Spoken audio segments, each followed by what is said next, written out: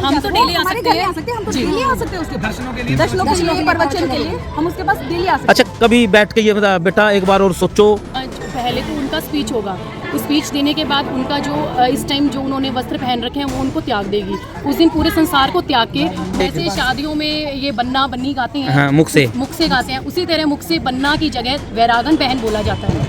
गीत वही होते हैं सारे। अच्छा जी जी। तो जैसे पहले क्या नाम था शीतल जी का? अहिंसा। अब शीतल श्री, जो जैन धर्म के अनुसार इन्होंने रखा अपना नाम। तो सर जैसे आपके जो परिवार से जो है अहिंसा अब शीतल बन चुकी है और 2 तारीख को वो पूर्ण रूप से जो है दीक्षा लेकर जो है जैन धर्म में समर्पित कर देगी अपने आप को। तो आप बताएं भी अपने परिवार के अंदर क्या कुछ सोच चली है जैन धर्म को लेकर, क्योंकि पहले भी बताया जा रहा है कि और भी ऐसे व्यक्ति हैं, महिलाएं हैं जिन्होंने इस प्रकार से साध्वी बनी है। देखिए, सबसे पहले तो मैं आप लोगों को बता देना चाहता हूँ, जो जैन धर्म है वो इतना उच्च धर्म है कि जिसका हमारे यहाँ पर शादियाँ, हजारों शादियाँ एक तरफ और एक बच्ची की दीक्षा एक तरफ। जो जैन संतों के संस्कार होते हैं वो इतने उच्च संस्कार होते हैं, किसी कुल से यदि एक भी बच्चा कोई साधु या साध्वी बन जाता है तो उसके हजारों जन्म पिछले और हजारों जन्म उस कुल के अगले सुधर जाते हैं। हम पुराने समय से बात करें तो सबसे पहले हमारे गुरु फकीर चंद जी महाराज, जो बहुत बड़े तपस्वी के नाम से प्रसिद्ध है, टोहाना में उनकी समाधि भी है, वो हुए हैं। उन्होंने हमारे खानदान में, हमारे कुंभ में एक नींव रखी है। उसके बाद जिनके चरणों में गुरुनी जी जा रही हैं, उनके ग्रुप की गुरु सुदर्शन मुनि जी महाराज, जिनका पूरे उत्तर भारत में नाम है, उनका ये संघ है। और उन्हीं गुरु शांति संघ, भागवंती शांति भागवंती संघ है, उनकी जो प्रमुखा है इस टाइम, वो भी हमारे कुंभ संघ प्रमुखा संयम प्रभा कमल जी महाराज है, जो हरियाणा शेरनी के नाम से भी मशहूर है। मैं एक सवाल करूँगा आपसे। हमारा उद्देश्य रहता है जैन धर्म का, जैसे वो मुँह पट्टी भी लगाते हैं, वो इसी इंटेंशन से लगाते हैं, जो हम बोलते हैं उनसे जो गर्म हवा निकलती है उससे सूक्ष्म जीव ना मरे, उनका बचाव हो सके, इसीलिए वो मुँह पट्टी लगाते हैं। तो इतना शान धर्म है हमें बहुत गर्व है, हमारे पूरे परिवार कुंभे को गर्व है कि हमारे कुंभे से एक बच्ची इस राह पर चली है। हम लोगों मतलब कि इतनी खुशी है। एक शादी की तो एक लिमिटेड खुशी होती है, शादी के बाद इतनी झंझट होती है, बच्ची कहाँ जाएगी, शारीरिक परिवार उसकी टेंशन होएगी। लेकिन जो इसने ये धर्म मार्ग अपनाया, सबसे पहले मैं मेरी बुआ श्री गीता जी को और इनकी मदर मेरी बहन है, इनको मैं बहुत मतलब कि वो कहना चाहूँगा कि ऐसा जो इन्होंने कदम उठाया, जो बच्ची के अंदर संस्कार थे, जो उसकी इच्छा थी, जैसे भाई साहब ने बताया कि मोबाइल से दूर रहना, 2 साल जो हमारे रहते हैं ना गुरुनी जी के पास रही, वो इन सब चीज़ों से दूर रही है। पहले जैसे प्री ट्रेनिंग होती है ना किसी भी डॉक्टर के लिए या सीए के लिए, उसी तरीके से 2 साल तक जो बड़े गुरु हैं वो देखते हैं भाई ये बच्ची इस चर्या में रह सकती है या नहीं रह सकती। जब उनको लगता है ये पूरी तरह सुटेबल है, तब उन्हें जैन धर्म की दीक्षा दी। सर, पूर्ण साध्वी के लिए बनने के लिए कितने समय की ट्रेनिंग की जरूरत होती है? वो कोई हार्ड एंड फास्ट नियम नहीं होता। गुरु इनका जैसे एक गुरु देखता है भाई कोई बच्चा 10 साल में सीख रहा है, कोई 5 साल में सीख रहा है, ये चाहे तो 2 दिन ऑब्जर्व करके भी दीक्षा दे सकते हैं। अभी कहीं और है, वहाँ सिर्फ 2-3 दिन ही उन्होंने आया, लेकिन उनका मतलब संयम इतना देखा तो उन्होंने 2 दिन में भी दीक्षा दे दी। लेकिन इन्होंने बच्ची को 2 साल तक ऑब्जर्व किया है, वो भी खुश है, हम सब भी खुश और गुरु जी भी।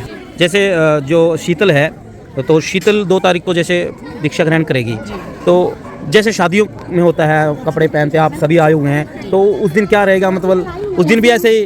उस दिन क्या होगा, पहले तो उनका स्पीच होगा, उस स्पीच देने के बाद उनका जो इस टाइम जो उन्होंने वस्त्र पहन रखे हैं वो उनको त्याग देगी। उस दिन पूरे संसार को त्याग के वो हमारे जैन संतों का, साध्वियों का बाणा ग्रहण करेगी। उसके बाद उनको साध्वी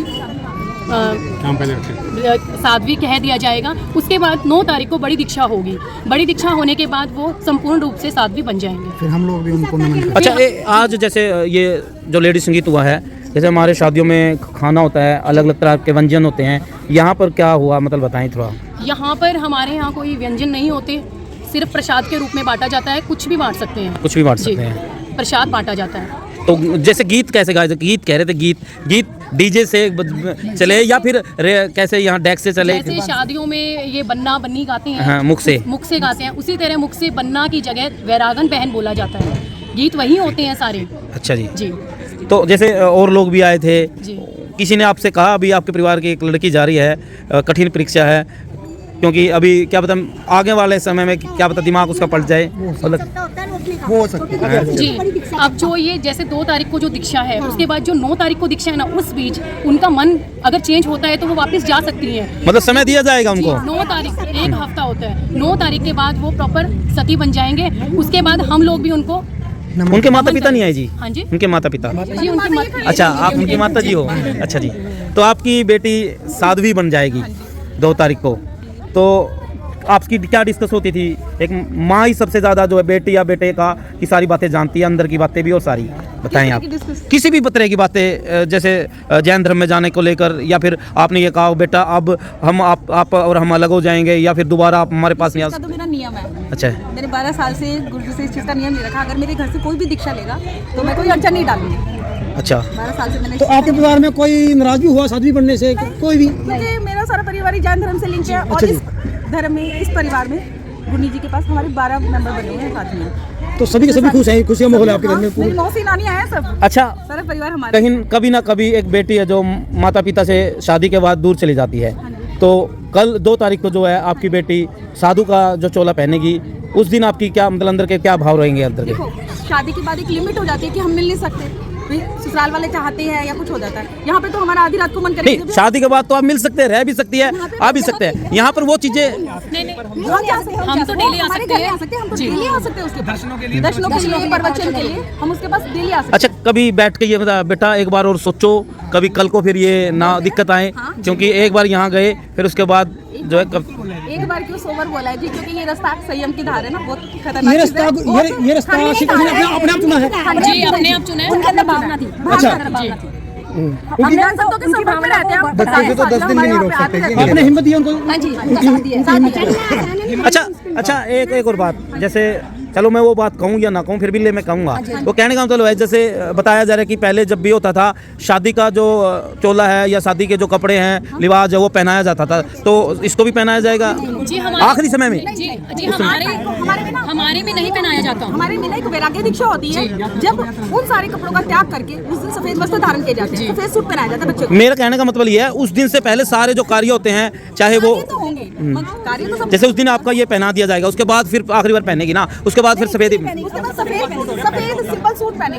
अब इसने सिंपल सूट पहन रखा है, सिंपल सूट में दीक्षा होगी, और दीक्षा होने के बाद ये केसरिया बाना पहनेगी। अच्छा। केसर से रंगा हुआ बाना पहनाया जाएगा। ठीक है।